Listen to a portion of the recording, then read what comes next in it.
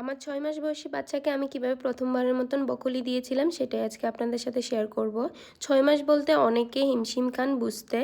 অর্থাৎ ১৮১তম দিনে আপনি বাচ্চাকে কিভাবে সলিড ফুড দিবেন সেটাই আজকে আপনাদের সাথে শেয়ার করব। প্রথমে এখানে ব্রকলিটাকে ভালোভাবে ধুয়ে নেবেন এবং দেখে নেবেন কোনো পোকা বা কোনো কিছু আছে কি। তারপর কেটে চেষ্টা করবেন ব্রকলিটাকে ভাপিয়ে নেওয়ার জন্য, ভাপিয়ে সিদ্ধ করার জন্য, কারণ যখন আপনি পানিতে সিদ্ধ করবেন অনেকটাই পুষ্টিগুণ নষ্ট হয়ে যেতে পারে।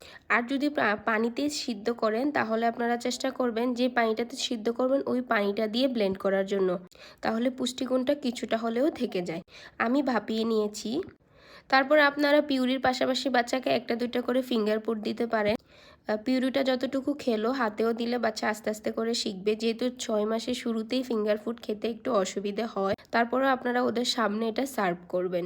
এখন বলি কেন আপনি আপনার বাচ্চাকে ব্রকলি দিবেন। ব্রকলিতে আছে ভিটামিন সি ও ফাইবার, যা শিশুর রোগ প্রতিরোধ ক্ষমতা বাড়ায়, সহজে হজম হয় ও কোষ্ঠকাঠিন্য দূর করে, হাড় মজবুত করে ও দাঁত গঠনে সাহায্য করে। ব্রকলির স্বাদ কিছুটা তেতো হওয়ায় শিশু প্রথমে না খেতে চাইবে, এটাই স্বাভাবিক। তাই হতাশ না হয়ে শিশুকে বারবার দিন, এতে শিশুর বিভিন্ন স্বাদ গ্রহণ করার অভ্যাস হবে।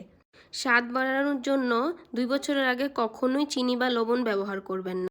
কাঁচা ব্রকলি অনেকটা শক্ত হওয়ায় শিশুদের চোকিং হওয়ার সম্ভাবনা থাকে, তাই ব্রকলিটাকে ভালোভাবে ভাপিয়ে সেদ্ধ করে নেবেন, যাতে কোনোভাবে শিশু চোকিংয়ের সম্ভাবনা না থাকে। শিশুকে খাওয়ানোর সময় অবশ্যই ধৈর্য ধরুন, সময় দিন, আস্তে আস্তে শিশু শিখবে। কোনো কিছুই একদিনে হয় না, তাই শিশুকে সময় দিয়ে সাহায্য করুন। আর প্রতিবার খাওয়ার পরে চেষ্টা করবেন ১ বা ২ চামচ করে ওদেরকে পানি খাওয়ানোর। পানিটাও বাচ্চাদের জন্য খুবই জরুরি। আর শুরুতে আপনি ১-২ চামচ করে পানি খাওয়ালে বাচ্চাদের আস্তে আস্তে পানি খাওয়ার অভ্যাসটাও হয়ে উঠবে।